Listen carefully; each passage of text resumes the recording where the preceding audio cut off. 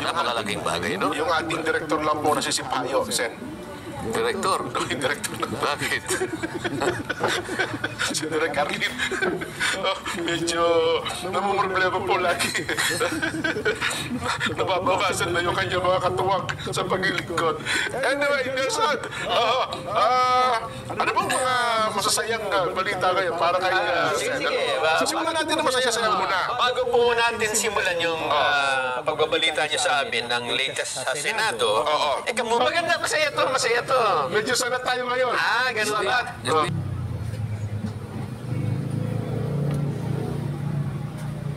Yun lang po tanong yun. Napasaya ako. Paano kang sasaya? Alam mo naman wala kang kapera-pera. Talagang tatanungin ka. Alam mo ba kung ba't ko tinanong yan? Kasi baka mamaya ay pumunta ka sa bangko, mag-withdraw ka. Ha?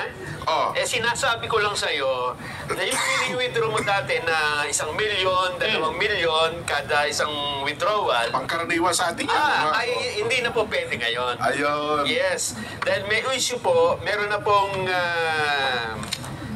kautusan ng Bangko Sentral ng Pilipinas na ang limit na lang po ng withdrawal per day ay hanggang 500,000 pesos na lang. Kalahating milyon. Yes. Maliban kung meron kang mga dokumento o ano man na magpapakita ang kailangan mong halimbawa, magpapasweldo ka. Oo. Diba, kailangan mo maraming mas malaki. Pero ito daw po, Asen, ay dahil na rin issue na rin ng corruption sa security siguro. Yes, sa po. flood control projects yan eh. Marami na po withdrawals ngayon eh. Oo. Para ma-monitor daw yung mga nagwi-withdraw ng malalaki at malaman kung tama ba yung gagawing pag-withdraw kapag lagpas ng 500,000. Ang alam ko sa AMLAC, di ba, yung magdi-deposit ka ng 500, Yes. matitrigger yung may Opo, mag-i-examine. yan, may monitoring council. So tatanungin muna, saan kinuha, saan galing, yes, anong po. source, anong description, ganyan. Ang iba gagawa ka pa nga ng written na parang itong perang ito ay maliban na lang kung normal na ibig sabihin, kagaya natin, Nelson, yung pangkaraniwan ng transaction natin. Ayan na nga mga kababayan, pakinggan natin ang naging pahayag ni Sen. Marco Rita sa nakaang araw na pagdalaw ng Vice President Sara Duterte sa kanyang opisina. At dito natin malalaman kung ano ang kanilang napag-usapan patungkol sa pagbisita ni Sara Duterte sa kanyang opisina. Halina at ating panoorin mga kababayan. Pero kung bago pa lang kayo sa aking channel mga idol, humihingi lang ako ng isang subscribers para na rin tulong sa aming mga konting content creator na nagsisimula pa lang na kagaya ko.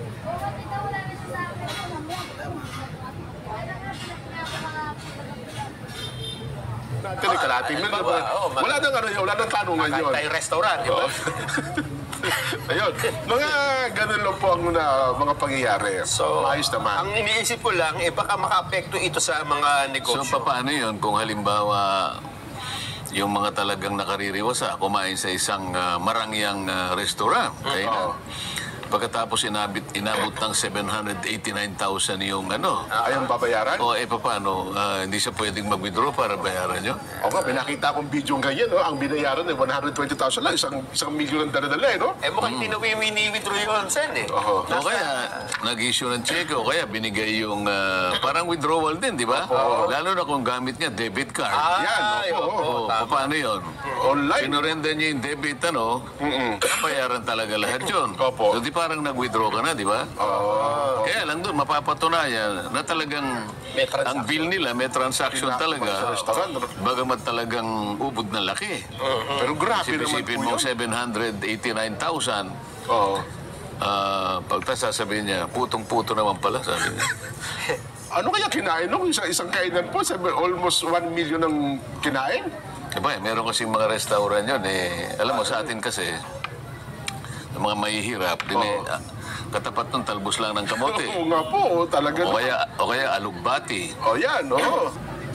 So ayan mga kababayan, Ipiniliwanag din dito ni Senador Marcolita na ang naging pahayag niya na sa BSP na limitahan sa 500,000 kada araw ang cash withdrawal sa mga bangko dito sa ating bansa. Kaya yun, malinaw na hanggang 500,000 lang kada araw ang maaaring withdrawin ng kung sino mang mag-withdraw sa ating mga bangko. Yun, tuloy natin mga ka-idol. Na mga Fine dining restaurants. Hindi, tatawag. Sa atin, alugbati. Opo. Sa kanila, arugula. O, ibang klaseng salad yun. Opo. Diba, samantalang tayo, talbos lang ng sitaw, talbos ng kamote. Sa kanila, Caesar salad. Oo, magkano lang yun. Nung kami, isipin baka 25 centimos, isang gano'n na yun ngayon, arugula. Isang tangkay lang, 25,000 pesos yata yun. Grabe, ano. So, Anyway, hindi, yung kami lang magbayad ng 300, nagpapalpitate na kami sa 300 pesos sa restaurant. Oo. Ay, nako. Sige, ano pa, Nelson? Ang akin lang dito, yung sa mga negosyo nga, baka kasi maka-apekto sa mga transaksyon. Kasi siguro yung mga ano dyan, mga regular transactions, siguro sa tingin ko, hindi naman magiging problema. Sana. Malalaking amount na siguro na biglaan. ang nakikita ko dyan, basta meron kang resibo, may mabayaran ka, di ba? May invoice, meron ka talagang may purchase order, basta merong mga dokumento na talagang nagsasaad legitimately, meron kang babayaran. Opo. Hindi yung basta ka na lamang mag-withdraw ng ganon-ganon. Siguro, una, para ma-detect nga yung mga taong paano mo gagastahin mo ba agad ng ganito. Lalong-lalo na kung halimbawa, may tracing halimbawa, kahapon lang, nag-withdraw ka na ng ganito ka, may mag-withdraw ka na naman halos araw-araw. Baka yung pinagkitaan mo sa plant control, tinatransfer mo na ng isa-isa. Yun nga. Di ba? Ang palit mo, puro dollar, ano? Oo, kaya nga, yun, lalo na kung, teka muna, bakit pinapalit mo na ng dollar ito? Di ba? Yan, oo. Kung kailan ka naman nagpalit, pagka mahal-mahal naman ng dollar, karaniwan, kaya ka nagpapalit, yung mura para makarami ka ng dollar Opo. Bakit palugi ka? Kung kailan tumaas ang dollar, doon ka nagpapalit. Ito mga ganitong medyo mahina- speculation. Oo. At saka bakit bili ka na bili ng cryptocurrency ngayon, ano? Anong meron sa cryptocurrency kahit na medyo volatile ng labanan, gusto mo bumili ng bumili. Babalitaan ko muna kayo. Latest kay Congressman Saltico. Yan. Kasi di ba nagpalit na ng speaker? Okay. Ang palagi ko, ito yung isa sa pinakauna niyang hakbang, si Speaker Faustino D. Duterte. Ang isa sa una niyang hakbang bilang bagong speaker, naglabas po siya ng pagbawi sa travel clearance ni Ako Bicol Representative Saltico. At siya po ay inaatasan na bumalik na sa bansa sa loob ng 10 araw. Ang travel clearance ni Saldico, ang nag-approve pa ay si dating Speaker Martin Romualdez. At sinasabi na itong siko ay pumunta ng Amerika at nagpagamot. Pero sa ngayon ay yung petsa nung, ano petsa niyan? Ngayon na yan, di ba? Oo. Yung kanyang revocation. Ayan, September 8 kahapon. Aha. So 10 days mula kahapon, dapat 28. nasa Pilipinas na si Saldico. Dahil marami nga daw po itong dapat nasagutin. Pero batay ho sa mga kumakalat ngayong Anong impormasyon. date niyan? Kahapon? Kahapon po. Opo, September 18 yan po. 19 ba ngayon? Opo. 19 po ngayon. 18 Sa mga tweet, September. ginawa ni Senate President Soto yung usapan namin. Habang kumakain kasi kami, Aha. pwede mo naman kung tawagin yung bagong speaker. Opo. Na sabihin mo na pauwiin ni si Saldi. Aha. Kasi pinag-uusapan namin yung mungkahi ko kasi na direksyon ng pag-iimbestiga. Ayun naman, hindi ko naman kinakaila kahit kanino. Ang gusto ko pag nanguhuli ako, ayoko ng sapsap, ayoko ng butete. Ang gusto ko, sapagkat nakasadlak tayo sa napakalaking problema ng korupsyon na ngayon ay nabuyang-yang talaga. Kailangan yung mismong sistema ang ating targetin. Ngayon, para ngayon ay magawa mo yan, na kinakailangan malalaking isda ang mahuli natin. Ay, pumayag naman yung narinig naman ninyo. Sabi ko, kahit na 1 milyong sapsap ang mahuli mo, Opo. at maipakulong mo, hindi ako naniniwala na makakagawa yan ng bagay na makapagpapatigil sa napakalaking katiwaliang nagaganap sa ating bansa. Yan po yung pagkatanong nyo kay Secretary Ang Dingson. sabi niya kasi, Opo. kahit na papano, deterrent. Opo, opo. Hindi ka ako deterrent yan dahil puro butete lang yan. Para sino matatakot sa mga butete? So, pumayag din siya. Tama po naman na kailangang malaki. Oho. So, mula doon sa discussion na yun, sabi ni Senate President, habang kumakain kami, Opo, yung nag-break kayo. oo, naintindihan ko naman kanya yung tinutungo ng pagtatanong mo. Tama naman yun. Hanggang sa mapag-usapan nga namin, pwedeng ipatawag. Kasi nga, si Saldico, ilang beses namang nabanggit ang pangalan. Doon lamang sa subscribe, doon sa sinumpaang salaysay ng mga Diskaya, nabanggit na yung pangalan. Bagamat ang pagkakabanggit ay mula doon sa dalawang congressman na kanyang in-identify. Name drop daw po yung pangalan nila. Name drop kasi Opo. nagtanong siya, bakit dito 25% lang, bakit dito 30 na ang kinukuha nyo? Abay, yung sa amin dito kasi, may manggagali, may pupunta kay ganito, binanggit ang pangalan ni Saldico at ang pangalan ni Speaker. Oo. So pagkatapos noon, sabi ko, maliban pa dyan, nakita mo naman si Toby Chanco, nagpasya naman na mag-testify. At tuwi rin niyang binanggit ang pangalan ni Saldico. Hindi lang binanggit, pinakita niya yung napakahabang listahan. Kasi palaging gusto pinag-uusapan, resibo, di ba? Napakahaba ng resibo na talaga namang yung mga insertions, 2 probinsya lang. 2 probinsya lang. Pag sinuma mo yung mga insertions, 13.8 billion pesos. Ang pangalan ni Saldico ang nakabuyang-yang doon. Ngayon, ibig ko sabihin, sino ba tinutugis natin dito? Butete? Pauwiin mo. Doon nagsimula yung usapan. So, kahapon ay 18. Ganyan gagawin ko. Baka tinawagan. Pwede. Halimbawa, pag ayaw niyang bumalik, di kansilahin yung passport. Parang yung ginawa ninyo. Para kay Arnie Tevez. Parang nangyari kay Arnie Tevez. Ganun ang gusto ko na direksyon sana. Pero bagay mukhang nanawagan din si Majority Leader Sandro Marcos, di ba kahapon? Yun din ang kanya naging panawagan na mapauwi nga si Kong Saldi. Lumilitaw naman sa mga impormasyon na natatanggap natin na nandito na sa Pilipinas. Si Saldico. O di maganda. Para sa ganun, masabi na kagad para maimbita kagad. Sa Pilipinas, baka ibang ko yan. Marami kasi. Atoy ko. Hindi, may nakakita daw na nakahood dyan, dumating nung Sabado, dyan sa September 30. Madali yan pwede naman i-check yung manifesto ng immigration. Makikita nyo dyan kung anong aircraft ang kanyang sinakyan. Di ba? Anong oras dumating. May mga yung passenger manifest, malinaw yan Maliban na lang, sir, kung iba ang ginamit na pangalan. Nag-disguise. Kasi meron ako nakitang post. Nung nandun siya, parang ang ginamit niyang pangalan, Salcedo ko. Parang ganon. Hindi na Saldi. Pwede rin. Di hanapin mo yung Salcedo ko doon sa manifest ko. Yun. Pero ang importante, kung nandito man yan o wala, ang importante, pinapauwi na. Ang point lang naman ito, Sen, makapagpaliwanag siya. Kasi nababanggit ang kanyang pangalan. Hindi naman agad natin sinasabi na siya ay guilty o may pananagutan sa usaping ito, kundi matanong kung ano man ang kanyang partisipasyon sa usaping ito, Sen. Tama po ba? Halimbawa, bakit yung insertion mo puro pangalan mo?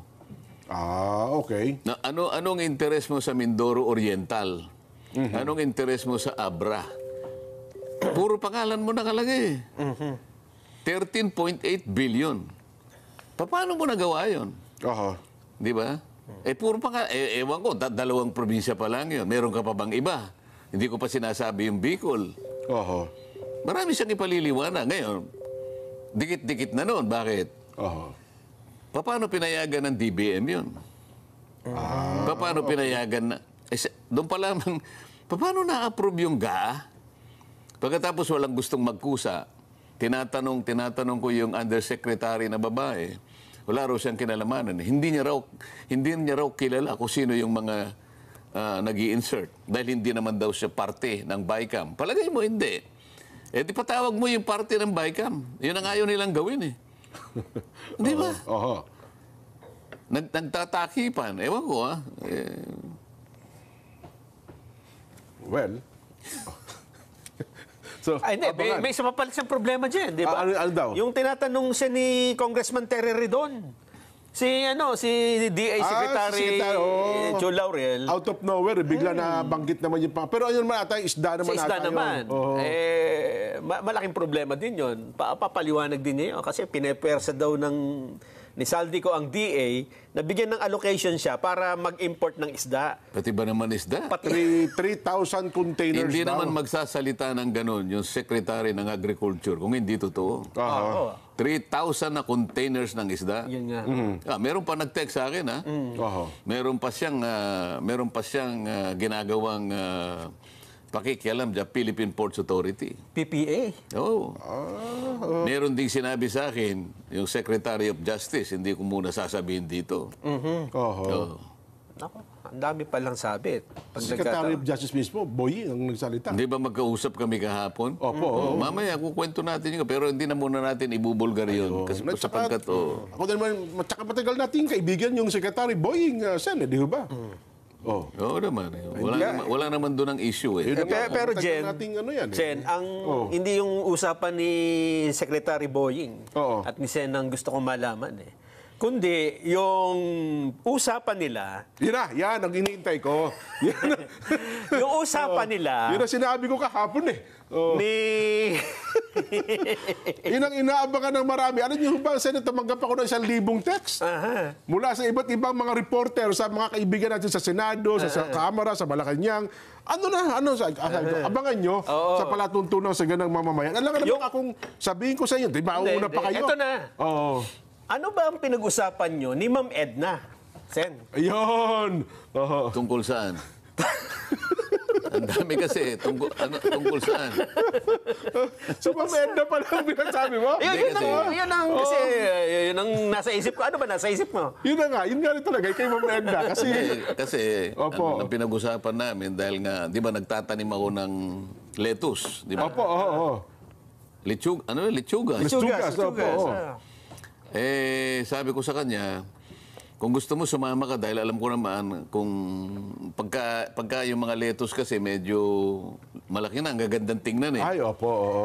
Hindi ba pinagawa ko uli yung aking Sa Tarlac, opo. yung greenhouse ko. Oho. Alam mo naman, hydroponics yun eh. Oho. By this time, 20 days old na yung aking mga lettuce. Oo. Di ko nga naibigay siya direct. Sana naipasinag ko na naman dito. Iinggitin ko na naman si Nelson Ganda dito. niya, no? Hindi, padala sa atin parang yung tagapag-alaga niyo doon. Si Briggs. Si Briggs. Oo. Kung nakikinig si Briggs, Briggs, i-text mo, isang mga sa akin, ha? text mo kay Direk ka mo Ayan, para maipakita natin yung bahagi na yun. Ayan, oho. Yun namang ilang portion na mapagtatamnan pa, tatamnan ka na naman ng kamuting baging. Kasi binibili yung mga baging. Yun ang sinabi ko yun ang kinukwento Yung ko talbos kay pa lang pala, malaki Edna. nakita. Baka gusto mong sumama sa akin, makita mo naman kasi alam ko gusto mong nakikita yung mga lettuce. Alam mo kasi pagka nandun yun, natetempt siyang kumuha na kagad eh. Yun ang gusto niyang ilagay doon sa burong isda. Yun ako, kasarap nun, no? Tsaka yung, meron kang inihaw na dalag, yun ang may kukwento ko sa inyo. Bukod doon, wala akong masasabi. Ewan ko kung ano ibang gusto niyo pang itanong. Ayun naman pala, at least malinaw tayo. Pasensya na kayo.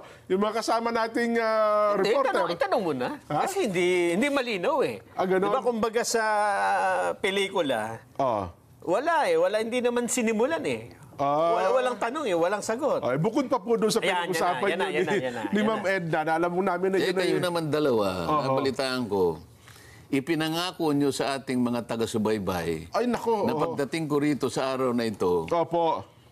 ay magkukwento ako.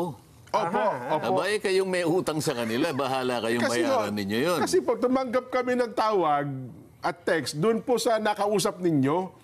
Sabi po niya na ako ay may biyahe, hindi ako makapagpapaliwanag na mahaba sa inyo. Ibinilin ko ngayon kay Sen Dante, siya na ang magpaliwanag sa palatuntunang Saganang Mamamayan. Sinabi pa po Oo. nanonood siya. Ipaliwanag niya sa Saganang Mamamayan para detalyado ang aming napag-usapan. Halos isang Sabi oras niya. Opo, opo. Oh, pero pinutol ninyo. Meron siyang sinabi, kung gusto mo kanyang ikwento. Yan ang sinabi niya. Kung ayaw ko, ano magagawa ninyo? Ayun, yun lang po. Sayang. Ay, nako. Sabi Diba? ng mga nanonood sa atin, ano ba? Sasabihin niyo, di baka naman po pwedeng ano lang, yung mga patikim lang na pwede namang on air. Lagyan mo muna on the record. yung hindi Opo. naintindihan yung pinag-uusapan natin. Ang atin pong Yan, yan, yan. binabanggit, Para diretso. bukod Kasi po doon sa napag-usapan nyo sa lettuce tungkol kay Ma'am Edna, meron pa pong isang mahalagang tao na bumisita mismo Pakita natin. sa inyo pong opisina at nagpa-picture pa po. Sino ba yan? Tingnan Ang natin. amin pong tinutukoy Asan? ay ang Vice President BP Inday Sarap. Pakita nyo nga yung larawan, direct. Kahapon ba yan o other day? Hindi, kahapon to. Tama. Oo. Yung larawan, direct. Baka sabihin bapiring daw. Baka next year daw po may palabas. Yan ang problema ni Direk. Yan ang problema. Kaya sabi ko, nasisipayo si Direk eh. Kaya pala salita mo kanina. Nasisipayo. Nasisipayo. Ayan! Ayun, kita nyo. Picture to Sabi ko sa inyo. Hindi nyo ba titingnan yung background ng opisina ko? Maganda. Hindi, official seal, background po. Sana yung buong para nakita nyo. May picture dyan sa likod eh. Kita namin yan, Sen. Oho. May chest ba tayo dyan? Hindi, nakita mo yung sa likuran mismo namin, nakikita mo si Genghis Khan na yun. Si Genghis Khan ba yan? Oho. Pero parang gawa, metal ba yun? O Metal yan. Metal. Oo. Aba. Diyan ba pumunta si WJ? Hindi alam ni WJ yan. Bagong gawa yan eh. Kaya akala ko dyan, yun nung, di ba kinikwento sa amin, ipapagawa niyo yung opisina niyo. Akala ko yung Hindi kasi WJ. beer kasi yan, wala namang naging opisina Design dati mo yan. talaga. Opo. Ngayon, dahil sa wala naman, beer. Hindi, kami na yung Nag-ayos. Oo. Opo. Pero ang isang bagay yun, meron bang tayong chessboard dyan, Sam? Oo, para Meron, makagano. nakatago dyan sa may likuran ng mga Yun, gabi. importante. Tama-tama. Nelson, minsan tayo Kaya alam mo na. lang, hindi ka naman makapaglaro.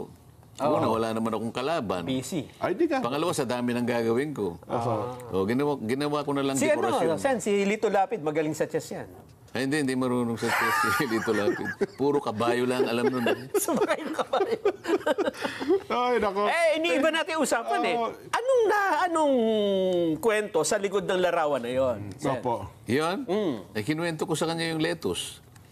Ganun po. Oo. Na-share din nyo. Tuwan-tuwa siya.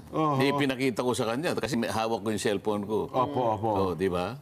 Ganun lang. So, plano din po nila magpatanim ng maraming leto sa Davao. Kaya, halimbawa, sa iba't Hindi, ibang... meron din silang tanim kasi maganda yung kanila. Hindi na hydroponics kasi yung klima maganda eh. Opo, Dito sa atin, kailangan hydroponics. Kasi yung Kailangan tubig. meron kang greenhouse. Opo. Dahil mainit tayo eh. Tama po, tama. Hindi siya mabubuhay, mamamatay sa kagad. Hindi siya lalaki ng ganun. Dapat controlled temperature, di ba? Oo. Hindi, tsaka nila po, ang alam ko, marami rin kakao, di ba? Yung tsokolate.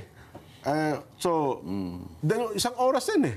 Aba, isipin mo kung paano ipapaliwanag yung hydroponics. Meron pa akong wind pump. At pinakita ko sa kanya yung irrigation ko na solar. Opo. Kailangan ma-describe mo mabuti yun. Nagbiyahe pa ang Vice President. May flights ang importante. Dumaan siya para lang pag-usapan ng lettuce. Boarding na raw po siya. Ibig mo sabihin, backbone ng ating ekonomiya, agriculture, kaya interesado siya doon. I move to cite in contempt for lying. Ang problema, Isip-isipin mo. Di ba? opo, ang problema sa chairman, hindi tayo. Ang problema, By chairman lang tayo. ang problema sa inyong dalawa kasi, tismoso kayo eh. Kaya naipangako ninyo, ang bunga akala ninyo, may makukuha kayo sa akin. Di ba? Naglakas loob na ho kami Oh, para... Abay, mantakin nyo ngayon, Sen. Nabutata kayo ngayon. Mantakin nyo ngayon sa YouTube. Ang nakatutok sa atin ay 12,000. Yung 12,000 na yan, siguro sa isang unit gadget, ay pinakamababa yan, 3 hanggang 5. Kaya nga ibabas kayong lahat ng mga yan.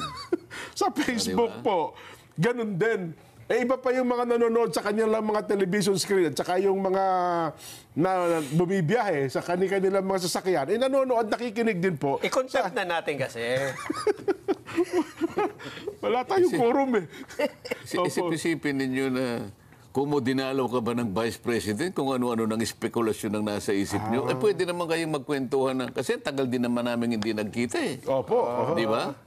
Magmula nung huli kaming magkita sa Pilipinas, halimbawa sa Digos. Alam ko pinakahuli yung birthday niya sa The Hague, di ba? Sinabi ko naman siya, nagpunta ako doon. Nagpunta kayo doon. Yun ang pinakahuli.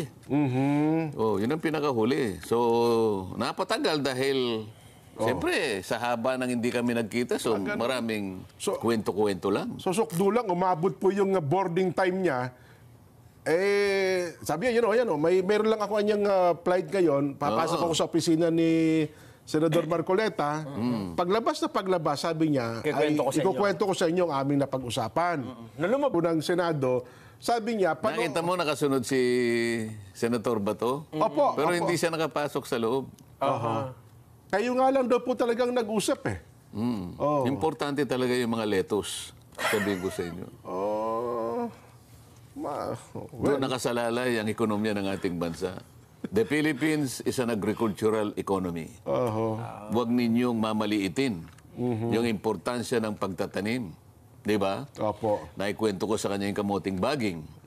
Kung gaano ang kinikita ko riyan. Sa talbos pa lang pala, wala pa yung laman, ano? Talbos pa lang yun, kasi yung talbos na yun, pag nag-gather mo yan, ibebenta ko yun. Opo. At marami ang magtatanim nun. Tertale. Naku naman. Per tali yun. Baka sir, pagka tinanong si Vice, iba isagot niya, hindi kamoting baging at lettuce. Ang Pinag-usapan ninyo. sasabihin niya. Opo. Oo, hindi naman yung makakalimutan yung kinwento namin at puro baging na lang ang pinag-uusapan. Hindi kasi ang linaw ng pagkakapaliwanag niya, di ba? Boarding time na kami. Kapag ka nagpaliwanag pa ako sa inyo, mahuhuli ako, hindi... kinakailangan ko, parang sulu ata pupuntahan niya, no? Ganon. Pinakamabutian niya, manood kayo sa palatuntunang sa ganang mamamayan, alas 4:30 hanggang alas 6 ng hapon, Biyernes, doon ipaliliwanag ni Sandante ang napag-usapan namin. Tama, di ba? Opo. Hindi pa nyo nasakyan, sinabi na nga niyang boarding time ko. Ang gusto lang niya sabihin, ayaw ko kayong kausap. Di ba?